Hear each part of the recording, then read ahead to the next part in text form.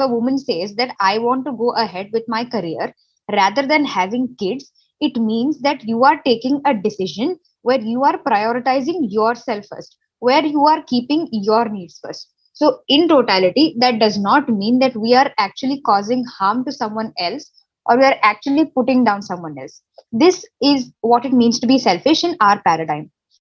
Now, my second constructive is regarding how are women actually dealing with situations and problems in today's scenario. Even if it is the 21st century, many women around the world remain oppressed. They suffer from n number of problems such as misogyny, sexism, which always percolates into their career, which percolates into them being portrayed into the society, and they do not have the agency to choose.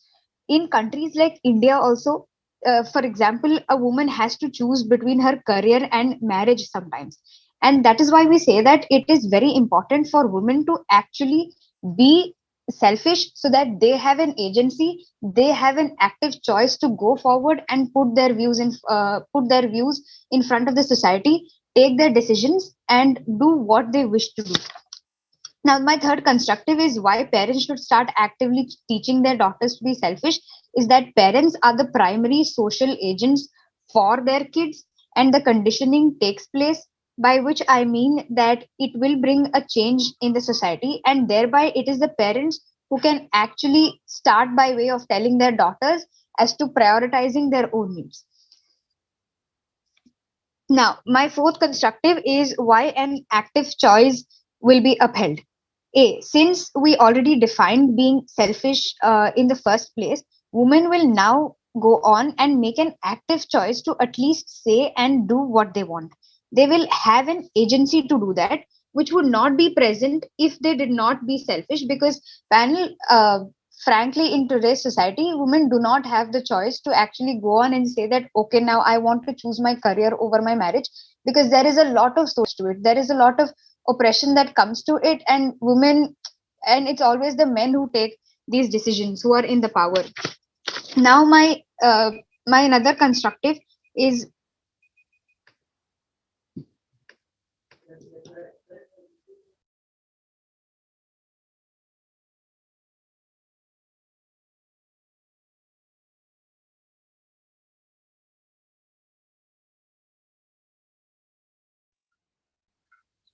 Okay.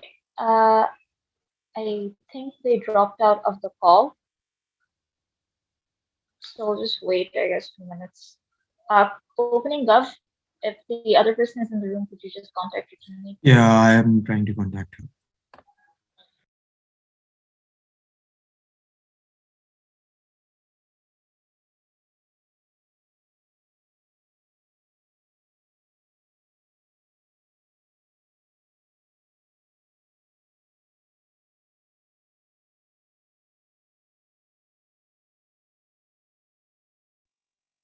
hello. Hi. Yeah, Yeah, has there been a disconnection? yeah. There, I got disconnected. Can somebody please tell me where did I stop at which timer? Yeah, so for me, it was around 3 minutes, 30 seconds. And you were just about to start your second, like your other constructive. Yeah, right. Just a minute.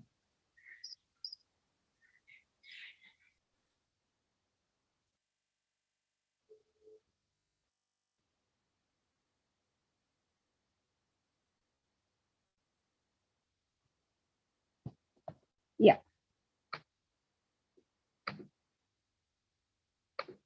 So, yeah, I restart my speech in three, two, one. Yeah. So the next constructive that I would be talking about are the benefits if you teach your daughters to be selfish, right? That is, you teach your daughters to prioritize their own needs first. Firstly, that women will be more independent in their later life. It can be independence in the sense of being financially independent, being emotionally independent, because now, generally in countries like developing countries or developed country, in underdeveloping countries like India and other South Asian countries, you have women being excessively dependent upon their husbands for their financial needs, right? You have a woman working at home, and one thing, that being an unpaid labor, and secondly, you being so excessively you so excessively being dependent upon your husbands that all the husbands take most of the decisions for your life, right? Say it may be regarding your work or it may be regarding your kids. So when women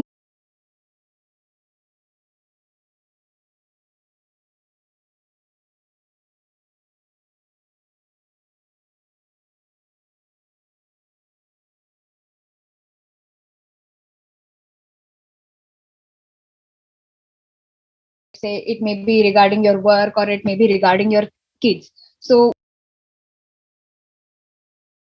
anywhere else, anything else is really distracting. So I will be very mad at you if you unmute. I will take a POI around 5:30. 5:30, I promise I'll take one. Cool.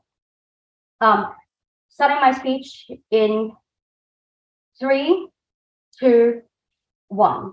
Panel, what opening government gives us is a very good, a very good thing if it was actually something that's true. Unfortunately, although that's what we would want out of society, we in opening opposition don't think that this is actually going to be reality. 3 things in this speech. Firstly, on characterization of what is selfishness. Secondly, why parents are not the people to teach this. And thirdly, why this is something that can actually, in fact, be detrimental to the daughter. But firstly, before anything else, one piece of extraneous feedback, all other extraneous rebuttal, all other rebuttal will be integrated.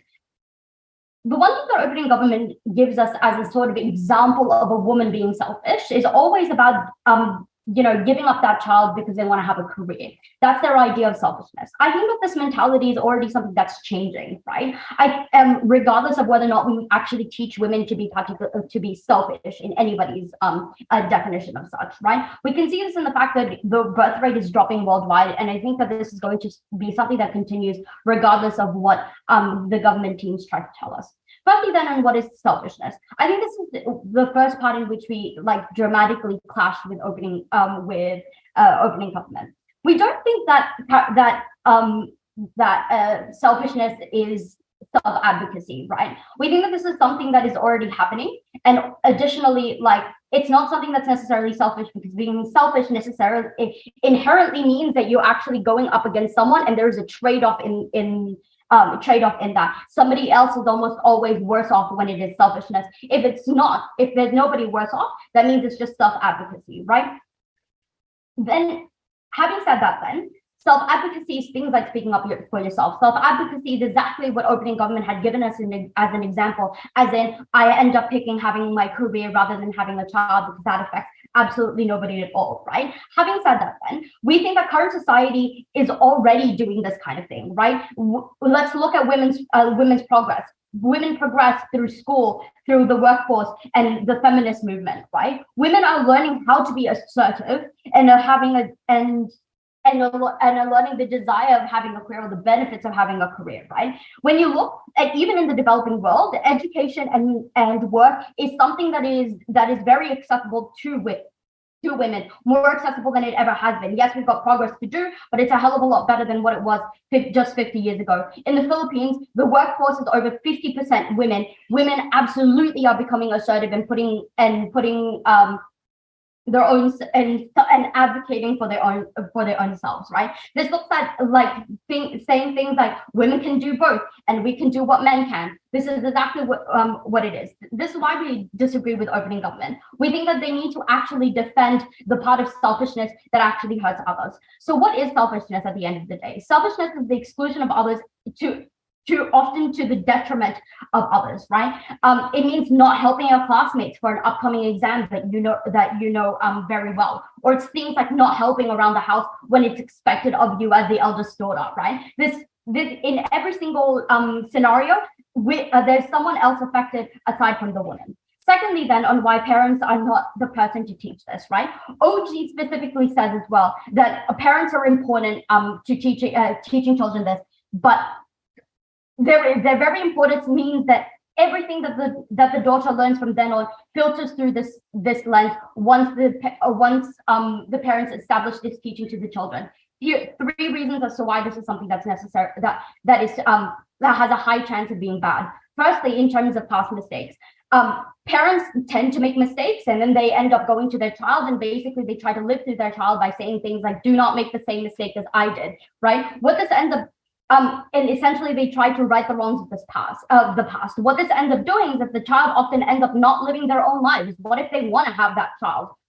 This is something that they end up feeling pressured into not doing, because this is what their parents taught them, and all of their morals are then filtered through that very lens. Secondly, then parents often are bad at cost benefit analysis, right? Look at the kind of parents that we supposedly have today, right? A lot of parents end up teaching their kids the wrong kind of selfishness, things like entitlement. That's the kind of selfishness that isn't actually productive to society as a whole, right? The impact the impact on this is that these children tend to demand things on silver platters rather than actually the good part of selfishness, which is self-prioritization, right? They end up demanding things to be handed to them rather than actually doing something good at it. You know exactly the kind of people I'm talking about. There's also lastly a generational gap, right? People have different parents have different standards than the current generation, right? What this means is that there can be a hell of a lot of misunderstandings between two parents on what it actually means to be selfish, and whether or not what you're doing is actually self-assertive, or whether or not it's just plain out selfish, right? What is the impact of this? What this means is we teach the wrong kind of selfishness. The wrong kind of selfishness is likely to be taught even when there is good intent, right? And this is detrimental to the child, and damages their ability to make meaningful connections or relationships. But before I continue, POI, go. If not parents, then who do you think is the best person to actually teach their children to be selfish, or as you frame it, self-advocacy? I already dealt with that in the first part of my speech. There's already school, the workforce, and the feminist movement that does this thing, and they're likely better off to do this, because then they don't actually have the issues that parents had that I just outlined, right? Thirdly, then, and why it's potentially detrimental to the daughter, right? This is where we again clash with opening government. Opening government has this utopia rather than an actually more realistic scenario, right? Look at society right now. Society is patriarchal. In ethnic families, we have often an expectation for the eldest daughter to actually become the second mother and sacrifice for their family, right? I know this because I am the eldest daughter in my family. Society often also in the Western world, women are often viewed as bossy while men are often viewed as assertive. We have this negative mentality towards women already. What this means is that selfishness can lead to a bad perception, regardless of the kind of selfishness that we're talking about, right? What it means is that you get a societal/cultural impact. You get ostracization, and you get viewed as a terrible person. You don't have meaningful relationships or connections if you're taught the wrong kind of selfishness, like entitlement, and the lack of people who actually want to be friends with you. The impact of all of this is the daughter is worse off. Society views them as a bad person, and you are left out of your community because you have a lack of connection, and then you're not actually better off than you are right now if we do it this way. So proud to oppose. Okay, I think leader of Orthodox speech, happy to call upon Divyaank. Yeah, like starting my speech in 3, 2, 1. So let's go. But I do understand that the world we live in today demands women to make unlimited sacrifices, right? There has been an accusation on our case that we limit our woman's narrative of being selfish to, prioritizing her career over family life. But it stems from, OO's limited understanding of situation at hand. If you want us to give more examples, we will give you examples. But I do understand that oftentimes women are forced to be in an unhealthy marriage and not opt for divorce because the family at stake will be dismantled. This will be dismantled, will be destroyed. In our paradigm, we teach these women to be selfish and go for this divorce and empower themselves. In certain parts of these developing worlds, when a woman is sexually harassed, oftentimes the people who have actually sexually harassed her, or people who support the people who have sexually harassed her, come to this woman and tell her that, oh, you do not need to be selfish and file a police complaint against this oppressor, because this police complaint will basically destroy his career, this police complaint will basically destroy his life. But in certain scenarios, we feel it is imperative that woman becomes much more selfish. Why do we say so? Again, because the current narrative in the society has been of women making sacrifices. But let's look at the abortion debate, right? the whole debate of abortion is like a woman, trying to be selfish and, prioritizing her life over her unborn child, right? And this pro-life movement has been constantly telling them to and has been constantly telling them to not be selfish and look for the life that they have created, or whatever bullshit they argue upon.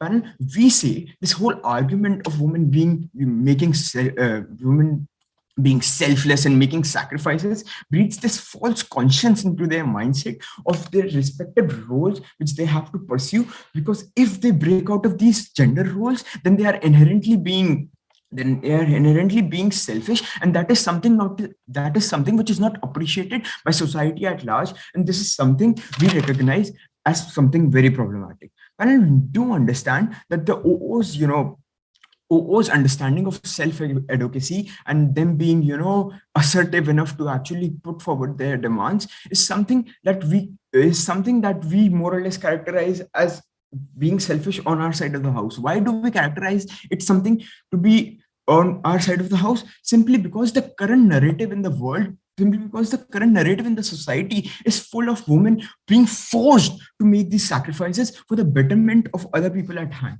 And we understand that, when we understand this there can be a sense of entitlement that can breed into women or young women when they are being entitled and not demanding things and actively saying denying and saying no to helping in the household work. But Pranal, it needs to be understand, if the woman that is in the current discussion being forced to do this all household work just on the pretext that she cannot get this effective education because her brother, or because someone needs to stay at home and her brother needs to get the education, and she should not be selfish enough to actually go for her education. We feel it needs to be changed. We feel it is ultimately way more problematic. Panel, they come up and tell me that schools, workforce, and the feminist movement at large are a much better actor to inherently teach women about this self-advocacy, or on our side of the paradigm, as we say, is selfish. Panel, we feel it is way more problematic, because schools, workforce, and feminist movements are all these actors which do not have a direct connection to these people at large. What is school made up of? School is again a reflection of societal standards, right? I feel a parent is much more likely to give their child a decent advice, give their child personalized advice while understanding their situation at hand and giving them their best advice and teaching them to be selfish by understanding the mentality of that current child. I feel schools, and whether be it the developed world or developing world, are not equipped to deal with the same challenge and deal with the same accuracy as a parent can do it. Otherwise, panel, the point of workforce actually telling them to be more selfish seems counterproductive to me, because the current narrative in the workforce is that women don't need productions. Many women in the corporate world recognize that the corporate world is an all boys club, right? They even hesitate to ask for promotion which they're actually deserving to. They even hesitate to ask for basic rights of maternity leave, because they feel that the company at large, or the people who are dependent for her work to be done, will be at a disadvantage if she went on and take a maternity leave.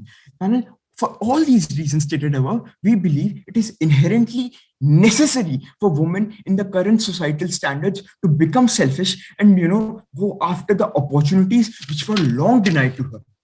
Panel, let's look at the impacts that the narrative of women being selfish will brought onto the society. Panel, we say it will ultimately change the narratives that have been going on in society for far too long. Panel, when I talk about false conscience, but before that, a POI. Even when parents have good intent, I gave you 3 structural reasons as to why parents are not going to teach this properly. What's your response?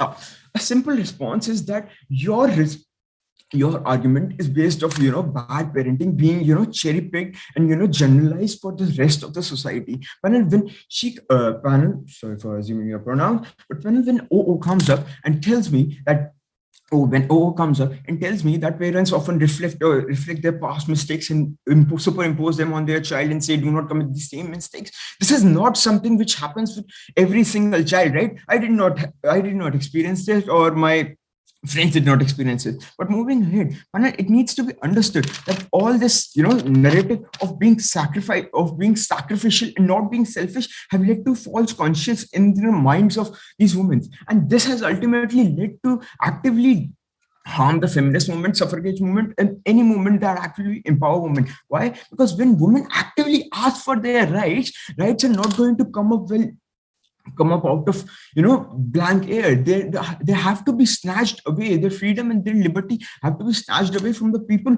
who have this power. And when you feed these young women the narrative of being sacrificial, of being selfless, and not actually being selfish enough to go after their rights, then you are actively limiting their rights. And again, this reasoning of women being sacrificial and women not being selfish is again used by the enemies of the feminist movement to convince these women to be a more submissive form and not actually actively going after the opportunities that they deserve.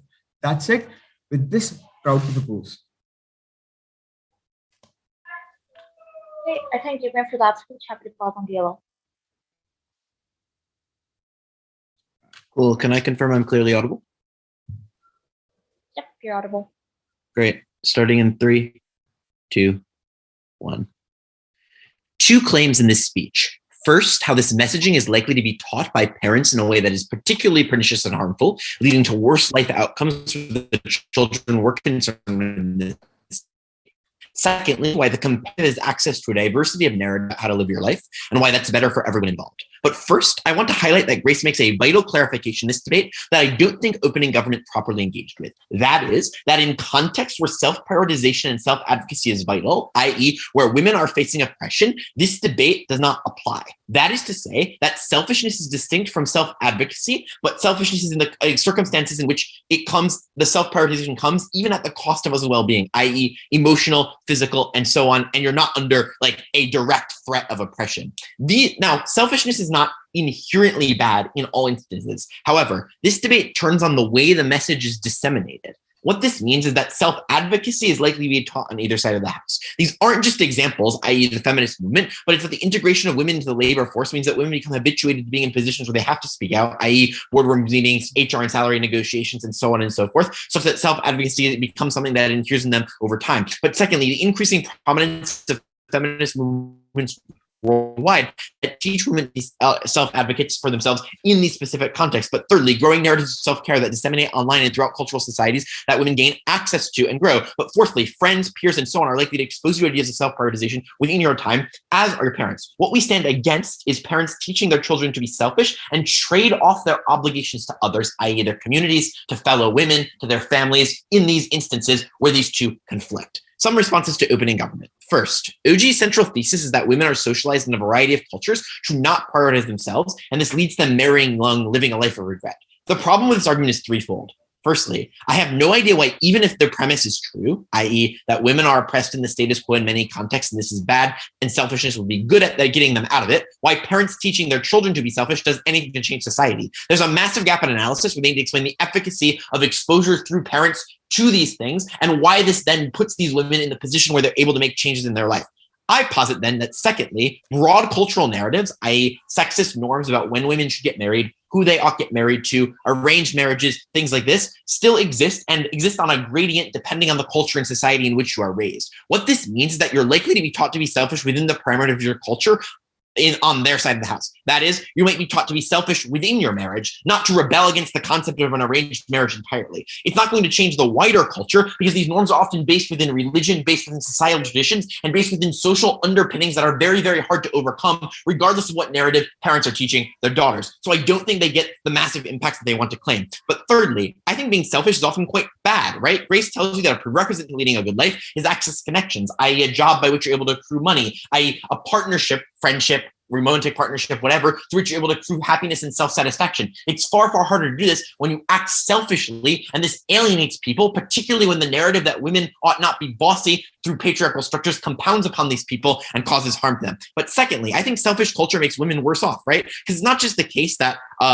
like they're going to be selfish in contexts where it benefits them, like the boardroom. I think it's rather likely to be that wealthy daughters of rich people justify prioritizing their own success and wealth, even at the expense of the advancement of other women, which makes it harder to build social movements, structures, and things like this, and socially mobilize to a vast extent. The comparative is it's far easier to encourage buy into a feminist movement for a variety of stakeholders on our side of the house when A, men don't get turned off as easily by feminist messaging when it's not considered or framed around the idea it's about women being selfish, for example, but rather about self-advocacy. But secondly, women are more likely to buy in and sacrifice things for other women when they're not taught to prioritize themselves at the exclusion of all others. How is this messaging then likely to be taught? And I think this is the crucial aspect in this debate, because if we can prove that parents will teach it quite badly, we win quite clearly. Firstly, parents are likely to teach that women to be self-centered in quite poor ways. Why? Firstly, they're teaching from a retrospective position. Grace tells you that often parents have regrets in their own life, and therefore when disseminating knowledge to their children, they disseminate it in such a way that precludes them from making specific decisions that they made, i.e., don't make the decision to take a career in this sector, prioritize yourself by doing something else. But secondly, most people encourage their children to make choices similar to their value system. So what this means is they're likely to adapt these teachings and be selfish within the parameters of their traditional lifestyle, if they're sexist, racist, homophobic, whatever. But thirdly, family life often requires collaboration. So parents are likely to teach selfishness differentially, i.e. selfishness outside the home, maybe in your workspace, but within your family, you're not allowed to challenge our rules specifically. So this means the teaching in and of itself is bad. But secondly, parents are likely to have a disproportionate impact on their daughter's life. They have a huge influence because of the time and proximity and emotional connection, which is their value system tends to override anything else. Secondly, parents tend to teach behaviors first rather than intellectual theory. So they'll first implement behavioral backgrounds, i.e. teaching them to instinctively prioritize themselves, then teach the underpinning feminist theories that inform that. So it's unclear why it is the case that they ever develop the instinct to pursue those kinds of theories that inform this kind of viewpoint. Rather, they just become selfish initially and then continue to live that way throughout their life without necessarily exploring that kind of thing. The comparative is that they get exposed to this narrative later. They're more likely to internalize the underlying mechanisms behind when and where self-prioritization is A, important, and B, likely to be helpful to them. Whereas on their side of the house, they just do it all the time rather than rarely or when it's effective. But thirdly, the messaging is always likely to be internalized with a lack of nuance because A, when you're young, it's taught in a poor way and therefore not always able to think through second order consequence decisions. But children also tend to think in very binary terms, and parents likely to care most about teaching selfishness in a very narrow context. So children are likely to misinterpret that. What this means is that A, the parents are likely to teach this badly, and B, the messaging is likely to be internalized with children with a very much a lack of nuance, precluding them from accessing other narratives and making them to be selfish in a wide variety of contexts rather than the more limited context where self-prioritization is important. Any point of information. Your assumption that parents teach from their retrospective angle, essentially says that any new value parents will not be ever be able to teach their children, especially because they are not free from their own value system. Yeah, and this is why parents have to be more conservative than their children and also teach them to be racist and sexist and homophobic. So yeah, I don't like that. Moving on. What are the harms to young women from this? Firstly, growing up, they're likely to have a harder time collaborating with people in school, i.e. turned off from working. People are going to be turned off from working with them, especially as the patriarchy stereotypes women to be selfish. So it's harder for them to integrate within classrooms, within the workforce and things like this as a result of this messaging. But secondly, they're likely to make bad choices because they have a hard time as a result of this parental teaching, cognizing the consequences of actions because it teaches you to be selfish first and ask questions about why they choose to be selfish later. Because when parents have to disseminate and learn behavior in a child from a very young age, they have to teach the behavior first rather than the background. See my earlier analysis. But thirdly, selfishness because you're far less willing to become aware of systemic harms and so on and so forth, the patriarchy and so on, and combat those kinds of things. Because it's always easy to be selfish towards people at the expense of people who are less well off than you, which means women of lower socioeconomic status or people of other genders, like trans people, for example, which means those people become more oppressed. But finally, you get greater access to diversity of narratives on our side. You get exposed to more ideas about ways in which you can live your life on our side, rather than being exposed to one narrative that is a binary, that is never as inclusive of the lived experiences that the vast majority of women around the world today experience. Clearly a terrible idea. Vote for the side of freedom, vote for the side of choice, oppose. Okay, I thank you for that speech. Happy to call on member of God. Right. So I'll be starting. Before starting, I'd just like to clarify if I'm audible. If I could get a thumbs up. Yep, you're Yeah. audible. Thank you. So I'll be starting in 3, 2, 1. Now, I completely acknowledge the concerns and I understand where they're coming from, the opposition, that selfishness increases arrogance or makes you a bad person, as has been stated by them. And I will be talking about them during the course of my speech. But I would just like to start off by saying that this world is a selfish place and it is tough to live here. Thus, being selfish for daughters is important. Firstly, because they can easily be taken advantage of in this scenario. Already, women are in a very disadvantaged position in most scenarios and spheres in this world. Now, an example is, let's say a woman gets married. Now, her family might tell her to stay at home, do chores, or make food, and handle the house. But the woman might want to work. She might have a very respectable degree and she might want to work somewhere. Now, in that case, in case the woman is selfish, the values have been inculcated in her. She will have to think for herself and work. If she wants, she will think and work. On the other hand, if she's not, she'll end up doing something she hates.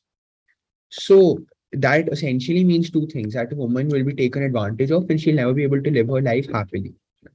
Now, if their parents teach a daughter to think for the world, it'll directly impact a lot of things. So now let's say that coming from the above example only, like let's say a woman is not selfish enough, she decides not to work anywhere and she's doing menial jobs at home. Now, in that case, the economy will lose out on female workers, and it is a well known fact that female workers have higher productivity than men in most cases. And that has been proven by the working hours they have. And thus, instead of a woman working, a competent woman working, an incompetent male, I'll be taking the POIs later. The incompetent male workers will be employed, so we will be losing out, the economy will lose out on good and competent people, and in turn, there'll be more incompetent male men that may be employed in place of women, assuming that all women decide not to work in this scenario. Now, another example of the similar scenario may be in case a woman is pregnant, she obviously cannot be fired by an employer until she resigns. So she cannot be let off.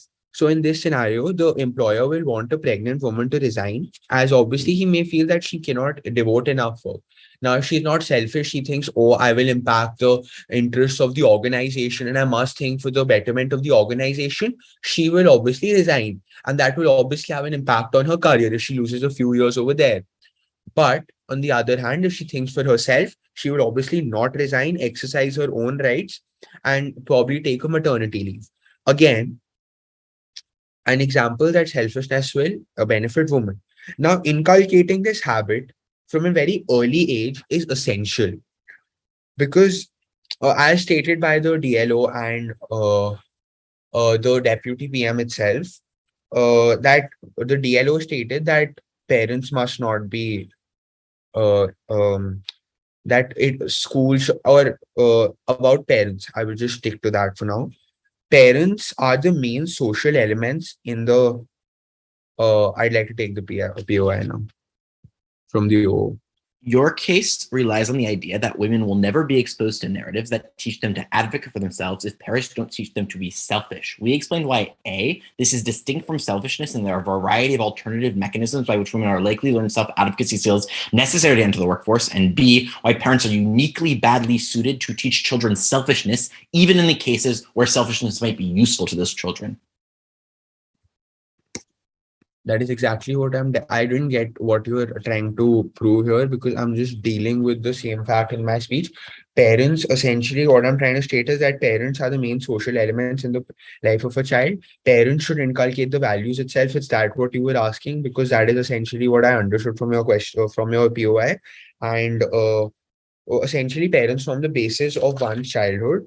And parents provide why parents are better than a school to inculcate these values is because the parents provide love, attention, material things. They're always with the child. They've been there with the child since their birth. Thus, it provides attachment to the parents, and they can be classified as better teachers than a school. So that is why parents are better to impart the knowledge of selfishness.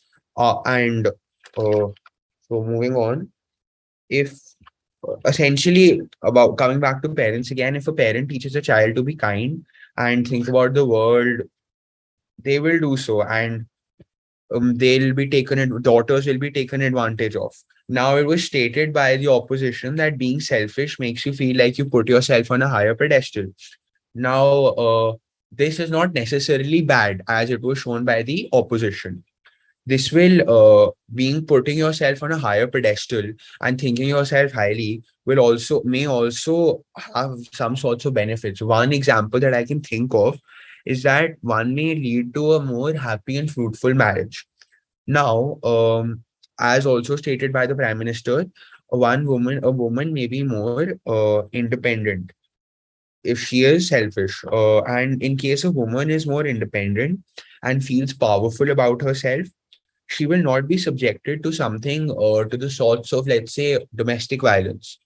Now, because she can obviously take a stand for herself. If a woman keeps giving in to her husband, at one point of time, he will feel like he is dominating her, and he has a sense of possessiveness over her. I will not be taking POS from now. Now, domestic violence is stated has far-reaching consequences. It has an emotional damage, and coming back again, it has some sort of economic damage also on the economy. As if a woman has been abused domestically, she will not be able to work with the same state of mind and with the same vigor as she was earlier. And this will certainly have an impact. So, thus, through the course of my speech, I have proved that selfishness is not as bad and why parents should inculcate the values. And thus, the House believes that parents should impart the values of selfishness to their daughters. Thank you. Okay, I think NG for that speech had to go up one member of opposition. Okay, I'll take a few seconds.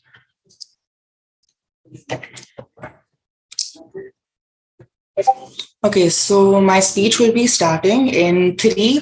Wait, first like to confirm that I'm audible. You're audible. Sure, okay. So my speech will be starting in 3, 2, 1. Here's how my speech will look. I will first be presenting 3 constructives to our supporting arguments, and then I will follow up with rebuttals. Now, firstly, I'd like to talk about what the future of this little daughter would look like when she grows into an adult. It's important to, now borrowing the definition that was given by the opening government, a selfish person is someone who would always primarily place their interests first. Now, a daughter, a young girl who has been enforced with these ideals of selfishness would struggle immensely as she heads out into adulthood. Most relationships, healthy ones, ones that are adult and sane, are based on mutual give and take or sacrifice. Of course, needless to say, a selfish individual would simply be incapable of doing so. She would constantly want and desire things to be handed to her without the right to reciprocate. Such a relationship based on a one-sided line of affection would never be able to survive. I feel very safe in saying that such a girl would never be able to hold on to a stable relationship. Now, let us look at what this would look like for the partner of such a woman. Now, say if the partner of such a woman was sick, was suffering with some ailment. Now, of course, if the woman was faced with a decision, should I take care of my partner? Should I give him the resources he needs to get better? Or should I head off to my hi-fi, great, brilliant, driven career job? Of course, she would obviously pick her career. She would pick her job over her partner any day. Because at the end of the day, what really matters to this woman? The thing that matters is her own interest, her own personal interest. She doesn't care really in comparison to the welfare of her partner. Now, talking about a secondary stakeholder in this situation, about the parents. Now, one must understand that by being selfish, you would have a certain disregard for other people's emotions and feelings as compared to yourself. Now, of course, these parents would now be saddled with an unruly child, incapable of empathy and compassion. And how would this little girl be able to? I mean, if her primary concern is herself, how would she be able to care for anyone other than herself? Such a child would never be able to give back to her parents. She would never be able to appreciate their constant love and sacrifice. Now, why is this relevant? What will this look like in the future? Again, it's not unreasonable to imagine, like say if an old parent was suffering, if an old parent needed the support of their child, because obviously they do not have the resources or the capacity to take care of themselves, would that child drop everything and run to the aid of their parents? Would this selfish woman be able to do so? Obviously, we at the side of the opposition don't think so. And the parents would be the only ones who suffer. The third constructive will be based on motherhood. Now, of course, this is something that will be touched on later in my speech. But if a selfish woman were to become a mother, of course, this would be all involuntary because a selfish woman would never involuntarily choose to take on the garb of motherhood. This could potentially lead to very devastating consequences. It's not far-fetched to imagine the type of relationship that this mother would hold to her child, the type of disdain that would grow for this child's presence. Because, of course, as was mentioned by the government, what the mother is interested in is her own interest. She doesn't really care about the child in comparison. Now, say if the child is sick, or say if she has to take care of the child, she has to drive the child to school, she would be missing out on several opportunities to take care of herself. She would not be able to give her 100% at her job. She would start to slip back. And slowly, because this woman doesn't really care about the interests of her child as compared to herself, a sense of resentment would grow, a sense of disdain. This might even grow to neglect. Of course, such a relationship could even turn abusive or violent. And the child stuck in such a situation would be left with a myriad of mental ailments and of issues. And of course, such a child brought up in an environment would hold those same principles to heart, and such a vicious cycle would continue unabated. Now, moving on to my rebuttals. The first one, of course, I'll take the POI. The whole case so far rests on the assumption that the selfishness becomes the primary characteristic of this person, and they are not able to choose when to be selfish and when to be not. That's it. Okay, now for answering this question, I'd like to borrow the definition that was made by the opening government. A selfish person would always prioritize themselves over others, right? That is the definition of selfishness. And that is what I'm using in my arguments. A selfish person in most situations would prioritize their own interests over anyone else's. No distinction was put across by the government on, okay, no, this selfish person would be able to turn off their selfishness at this point. A selfish person would be able to choose, okay, you know what, when it comes to my child, I can't be selfish. No such distinction was put across, and the definition stands clear. Now, of course, moving on to my first rebuttal. Now, the crux of their argument is that a woman will be more independent. This woman will have a better career. She would have a financially secure future. Fine. Maybe let us just take this as true. Let us take this as fact. But what cost would this come at? This would come at a very extreme cost. It should be noted that, fine, she'll be independent, but she'll also be incapable of forming any meaningful relationship, of loving unconditionally any individual. She would be alone as she maneuvers herself through the adult world. Fine, she may make several strides in her career, but she would have no one celebrating. She would have no one on her back because she simply cannot make a relationship. Can a selfish woman really come out and make a meaningful relationship that's based on give and take? This is something that was already touched upon in my speech. Again, my second rebuttal will not touch upon the argument that women will be more suppressed if they are selfless. Of course, this is an argument that's simply not feasible. Let us take a historical perspective for this point. The suffrage movement, were the women who went out on the streets, the women who took on banners, who sang slogans, were they selfish? Were they doing this simply for themselves? No, they were protesting for their future, for the daughters' future, for their sisters, for their aunts, for their mothers. They weren't simply doing so for themselves. So this argument that women empowerment could only simply happen if a woman is selfish is simply unfeasible. Why would a woman's selfishness be needed to be attached to her drive for better improvement of her surroundings, of her welfare? Of course, it should be noted that a woman who is selfless would have a support system behind her. If she's doing anything, she would have 1,000 more reasons to do so than a selfish person. A selfless woman who's fighting for women empowerment wouldn't simply be doing it for herself. She would be doing it for her daughter. She would be doing it for her sister. She would be doing it for her mother. She doesn't simply care about herself. And because of these several vast reasons, her drive to actually bring about actual change would be far greater. Now, I want to touch upon, in my conclusion, upon the primary stakeholder, that is the little girl. Now, a little girl, say any child, let's be honest, is very susceptible to parental guidance and influence. Now, if a parent were to come to their daughter and say, you know what, in order to survive in this world, in order to thrive in this world, you need to be selfish. You need to have You need to have a general disregard for other people's welfare in comparison to your own. You need to put your own interests first. It's not unreasonable to define this as, say, a form of indoctrination, because of course the child isn't being given the option to be anything other than selfish. She isn't being given the option to be a selfless individual who cares more about other people, who cares more about welfare, of giving. She would believe this ideal without a second thought. She would believe, okay, I need to be selfish. Now, a woman who is selfish, let's take the example of motherhood. She would never choose to become a mother, because why would she? Being a mother means being doing a lot of. Okay, now as concluding my speech, I just like to frame that what they said. I just like to conclude by saying that they made the assumption that, say, if you were voluntarily giving up the nature of being a mother, this would be very liberated. You would be emancipated. But it must be noted that the child in question was never given the opportunity to be anything different. She was never, of course, with that I end my speech. There. I think I'm all for that speech. Happy to call Pankaj. Am I audible? Yep, you're audible. We'll be starting in 3, 2, 1. I will now state why the opposition's points can be refuted and why the government comes in to win the debate. Firstly, we've established that the world is a very, very brutal place and is even tougher for women. If we want our children to be successful adults, should we not teach them to be selfish, greedy, and unkind? Because these are the attributes that have come to dominate in a ruthless system that has its values twisted upside down. How can the opposition state that movements and workforce should be the ones to teach our children instead of the parents, because they have a direct link to their children? And do you not feel that they are the ones who should be responsible to teach their children, since they know them better than anyone in the world? Secondly, the opposition stated that throughout the world, the percentage of women in the workforce is close to 50%.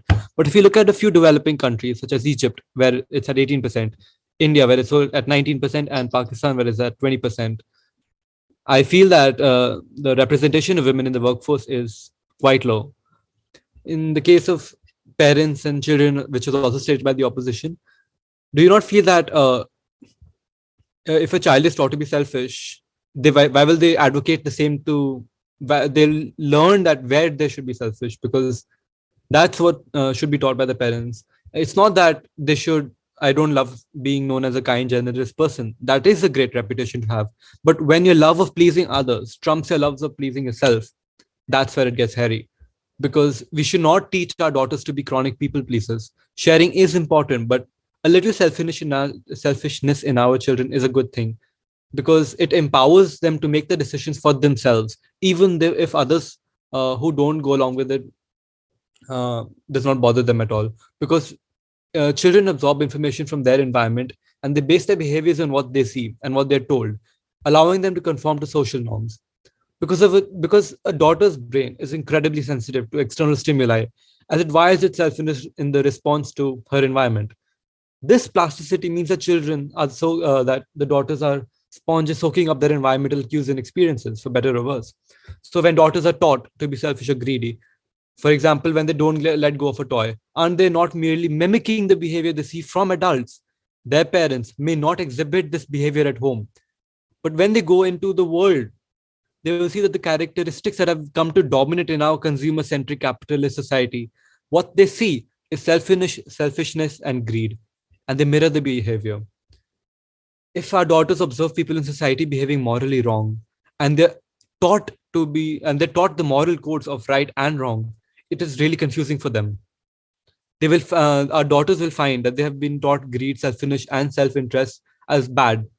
Their eyes didn't deceive them when they were young, but our society glamorizes and celebrates the self-interested individual. We lionize a billionaire class who have become obscenely wealthy by being selfish and self-interested. Why is it that when a few have so much and so many have nothing at all, we all are appreciating here that we're living in a morally baseless and decadent time, which is driven by greed? Because as daughters get older, they will have to unlearn what they've learned, which will put them at a disadvantage. The world is no fairy tale, and parents will berate their children for not sharing, but they should be encouraging them to be selfishness in certain areas, because you should be nice and share only to those who benefit you. Otherwise, we should not bother. So to sum up, let's sum up the positive points by being selfish. You see, selfish people tend to take better care of themselves instead of giving too much energy away, serving the needs of everyone else. Instead of spending all of their time at work, these women carve out time for themselves. For example, Dennis Nally is a global chairman of PwC, and she travels more than anyone in the world, exercises all the time, eats well, and is known to put herself up more than others. As was stated by the government, there will be an advantage when it comes to relationships, because people have a harder time manipulating or taking advantage of you if you're selfish. Setting boundaries means knowing where you end and where the other person begins. If you have trouble being self-focused, you might have trouble saying no. To be a healthy and grounded person, you need to be selfish. If you're looking for a partner to fulfill your emotional needs, the relationship is vulnerable. The best relationships happen when two adults show up and enjoy each other. If we teach our daughters to be selfish, they will be happier because they spend their time doing activities which they like to do. If you have a well-developed sense of who you are and what you enjoy, the ability to communicate this to others will make you a happier person. Because you see, putting yourself first is not a negative quality. It is your job to take care of yourself and get what you need. I would like to end my speech here. Thank you. I think for that speech, I'm happy to call upon opposition with. Hi, am I audible? Can you hear me? Audible. Okay, amazing. Just give me 20 seconds.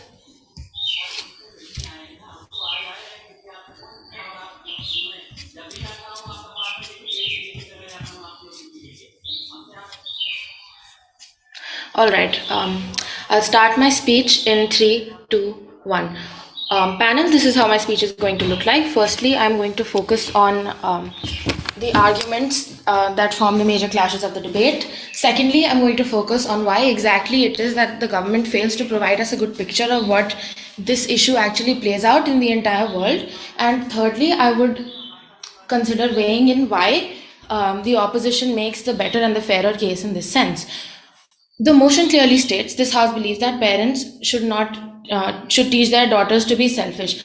Now, why is it that selfishness inherently is something that is morally characterized as wrong? Because selfishness entails a person being somebody who prioritizes themselves over others. Understand, in a world where there are about 7 billion people, if one person prioritizes themselves over everyone else, how can you say that the system of the world as we know it will continue to exist if everyone in turn becomes selfish? Now, here the major stakeholders of the debate is firstly the daughters that are going to be taught how to be selfish by, secondly, the most important actors in this debate, which is the parents, right? So why is it that the daughters are indoctrinated by the parents in this sense is something that the government has given no analysis on. Firstly, what is it that we get from the side of the government? We develop an understanding of selfishness being something which is morally correct, something that is defended to its very core, because apparently selfishness is something that is glamorized in society currently, right? Secondly, what are the responses that we have gotten from the government? In this sense, the responses that the government has given us is not a metric that focuses on happiness, stability, growth, and longevity of a person, but rather this behavior of the daughter being somebody who is indoctrinated. Now, why is it that this indoctrination is a problem? Firstly, because indoctrination inherently, why is it that the daughter isn't able to make a rational decision themselves? Why is it that the parents are indoctrinating or teaching the daughter what is right and what is wrong? Why is it that there was no mention of self-advocacy on the side of the government? Why did the government fail to acknowledge and provide instances wherein the daughter can learn by herself and also by other movements that she sees around the world? The case of the government is that the world is not a great place and values are inherently twisted. But that does not mean that greatness cannot exist in this world. It simply states that the majoritarian part of the world is somebody who is selfish. But selfishness inherently is an attribute which is wrong, because firstly, it goes completely against what an egalitarian model of the world would be. And secondly, I would like to address the fact that the Gov whip stated about the parents having a direct link to the child. It is not just the parent who is in direct contact with the daughter, but rather the entire environment that the daughter is surrounded by. One important aspect of this is the fact that the daughter is surrounded by media, is surrounded by all sorts of different communication. I'll take the POI later. And the daughter is also surrounded by all sorts of things that enable her to make her own decisions. Why is it that she is being forced to understand something at such a young age?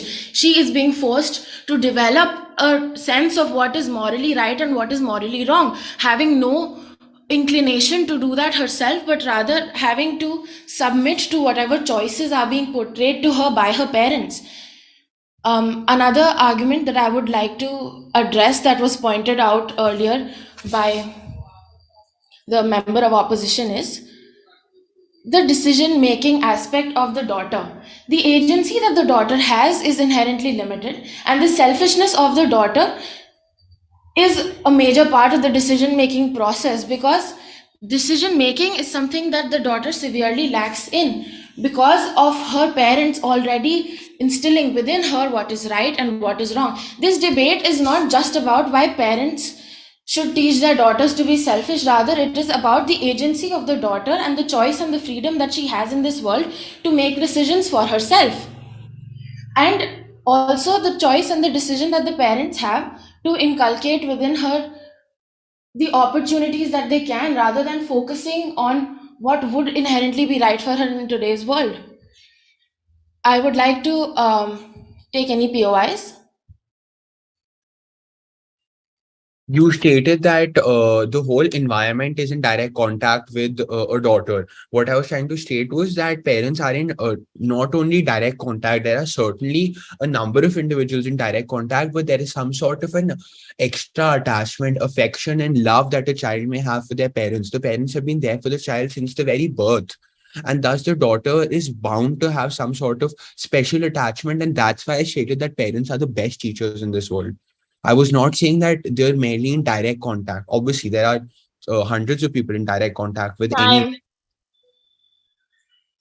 What I understand from your POI is that this inherent act of parents teaching the child to not be selfish is coming from a place of selflessness indeed. Because if not for the love of the parent for the child, why in turn would they even teach the child to do something? In this case, this is a fallacy, because selfishness is something which is morally incorrect and morally corrupts and pollutes the world that we live in, right? Moving on. Why is it that the child should learn to be selfish?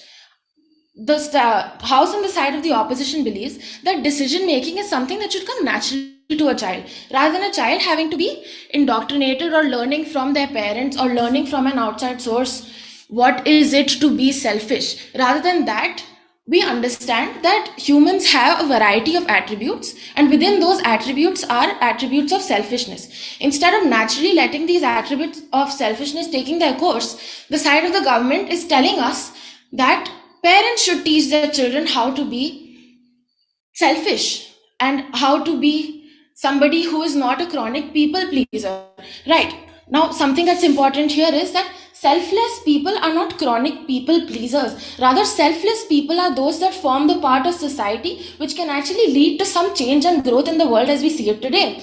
As the member of opposition pointed out before my speech, selfless people, the women who were in the suffrage movement, were those who led to the ultimate betterment of the women around the world. If their selflessness had not existed in the first place, all of that we see in this world, the agency that women have in the first place, would have not existed. So why is it that the parents are teaching the children to be selfish when they can in turn do something great in their life, create change in the world, systematic change which could result in the further betterment of the girl child, rather than the parents having to teach the child to be selfish and to limit the growth, limit the happiness and stability that the child would have to make their own decision, right?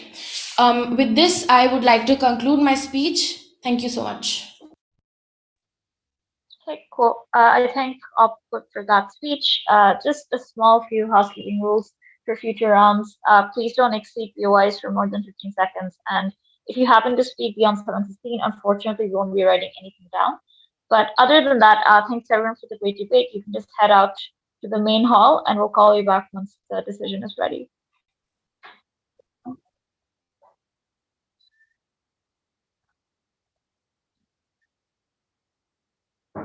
Sorry, could you repeat that?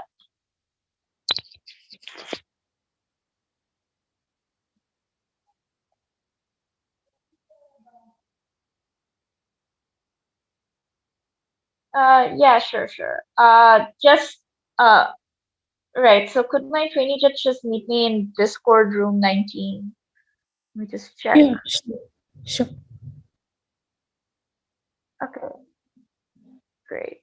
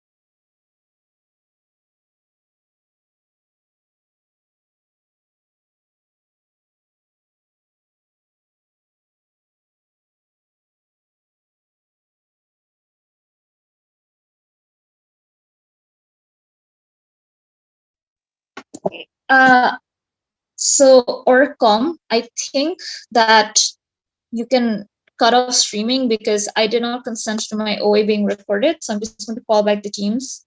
But I just wanted you to note that in case the stream was still live.